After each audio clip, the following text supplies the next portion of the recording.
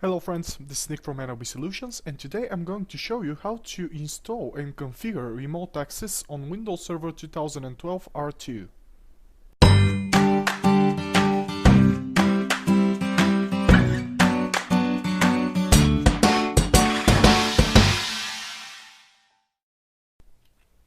We all know that the VPN server is a core solution that is implemented in Windows servers from a long time ago with older versions of the Windows Server, and in nowadays a lot of corporations and environments need this remote access for their users to perform their day-to-day tasks. So in this video I'm going to install the remote access role on Windows Server 2012 R2. Then I'm going to configure the remote access role for VPN only. After we configure this, I'm going to switch to the remote access routing and remote access console, and I'm going to configure all the settings that are needed for my users to be able to connect to my VPN server. After that, I'm going to switch to a Windows 10 client machine, and in there I'm going to configure a VPN connection so we can test out to confirm that my VPN server is working fine.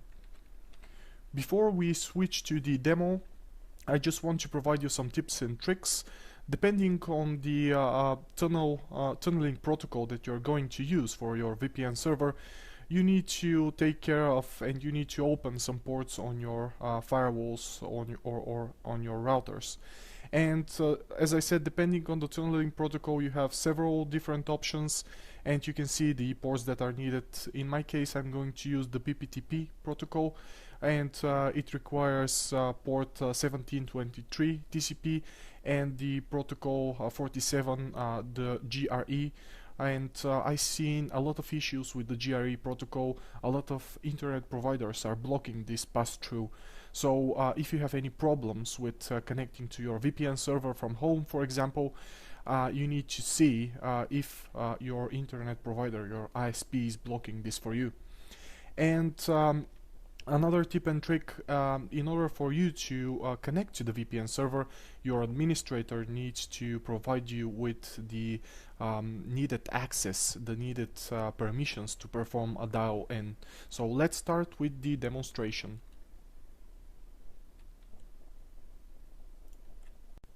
So first, what we need to do is we need to install the remote access role. So I'm going to log into my Windows Server 2012 R2.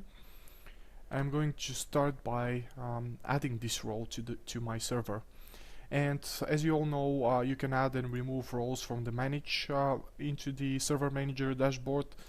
And from here, I'm going to click next, select the server, scroll down a bit, and here you can see the remote access role. And basically this remote access role provides a lot of functionalities like direct access, VPN, or web application proxy, and a lot of other things. So I'm going to select this role and click next. I don't need any features because the role is going to select the features by itself, the needed ones. And here there is a small description of what you can do with the remote access role. There are a lot of things that can be done here. So I'm going to the additional role services that I want to install and I'm going to configure is the first one, which is the direct access and VPN RAS. And it's going to ask me if I will allow for additional features to be added. So I will add the features and press next. And I'm going to click install and wait for the wizard to finish adding the remote access VPN server.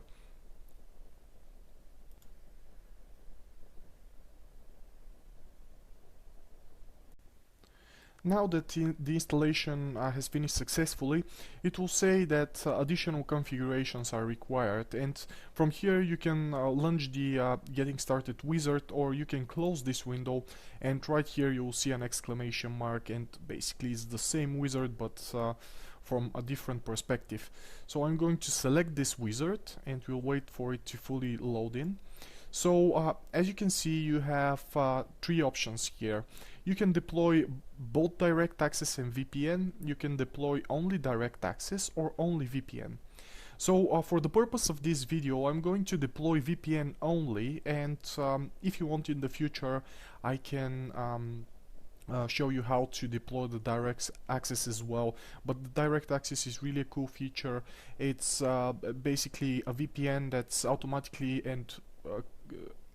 connects your users to your environment, so they don't need to create any additional VPN configurations on their side in order for them to connect. Basically automatically connects the users to your environment. So I'm going to deploy VPN only, and in here you can see that now I can see the routing and remote access console, and from the left side of the screen I can see that there is a down arrow, which is a red arrow, and what it says is I need to perform additional configurations in order for me to power on and start the service. So I'm going to right click here and configure and enable routing and remote access. So another small wizard will appear, and when I click next, I have different options that I can configure. Again, the options are depending on what you want to implement in your environment. You need to check them one by one and see what fits best for you. But in my case, I'm going to deploy only VPN, and that's why I'm going to choose custom configuration. So in the custom configuration, I can deploy a specific set of tools that I can install and configure on my routing and remote access server. But I'm going to select the VPN access only for now and click next. And you can see by clicking finish, it will say that it will ask me if I want to start the service. So I'm going to start the service now.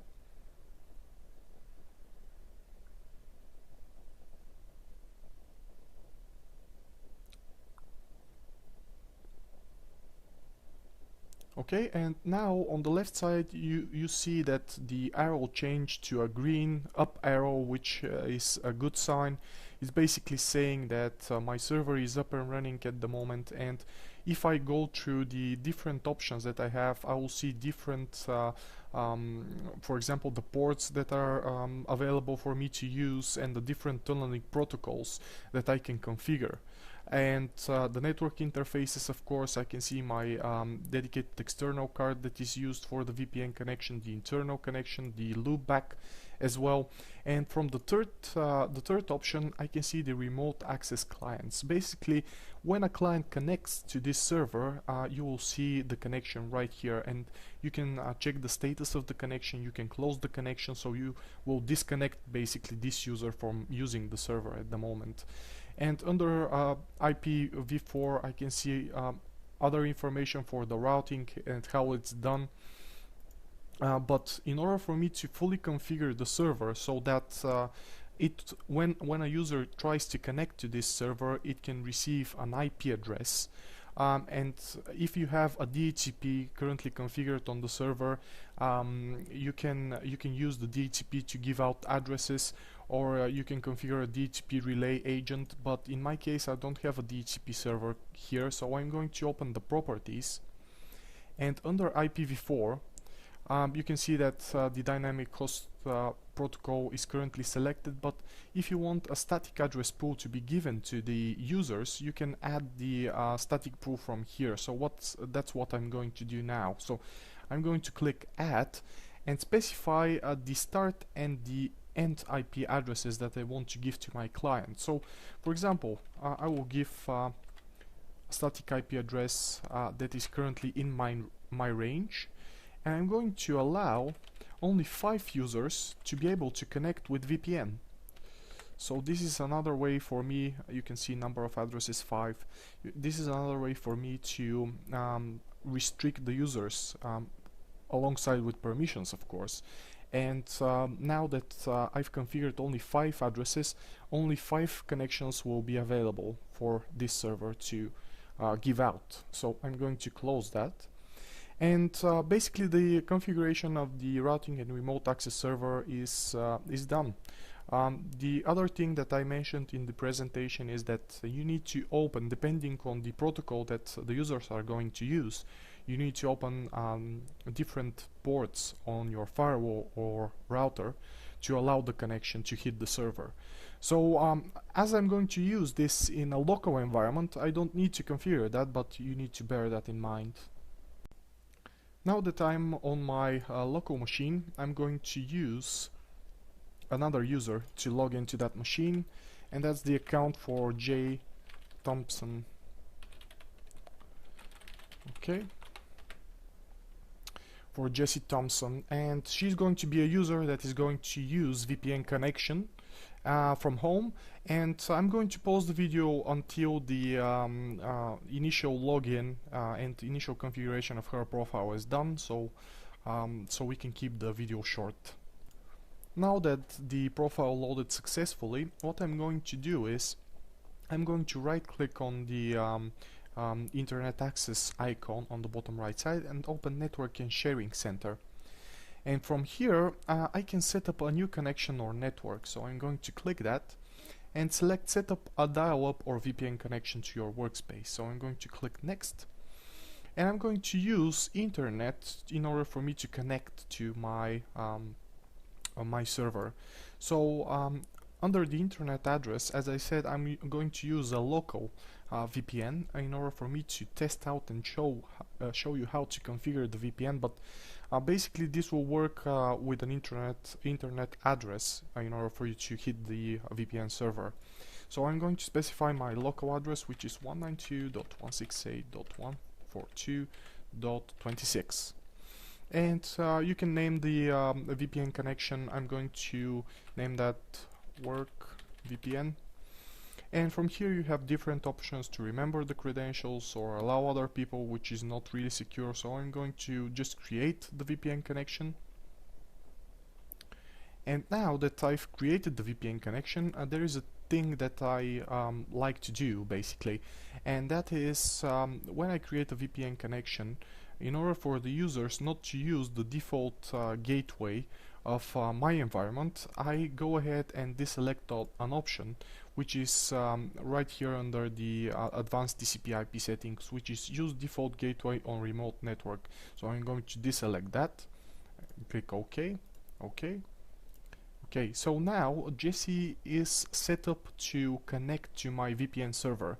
So I'm going to double click on that. Of course you can go ahead from here and it will show the VPN work connection that we did, and it will open basically the same window where you can connect to that VPN. So I'm going to specify the account for Jessie Thompson and her password and click OK.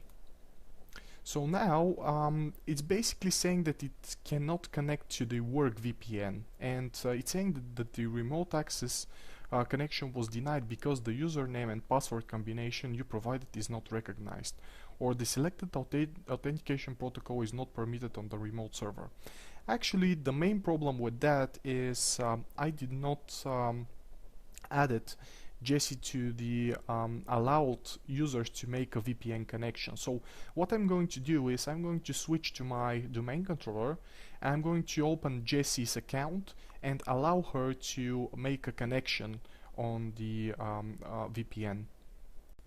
Before I switch to my domain controller, I just want to show you a basic troubleshooting step that it's a good idea for you to perform in order to find out what is preventing the users from connecting to your server. So I'm going to open Event Viewer, and when I expand the Windows logs and go under System, I will see that I have warnings, and these warnings, when I click on them, I can see that the account user for James Thompson connected on port VPN does not have remote access privileges.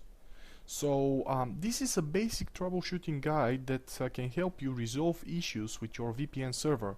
For example, here you will find when a user and an internet provider is blocking the GRE packets 47 from their environment, the PPTP pass-through, they will show here as a warning message, and you will know that this is the problem with the user.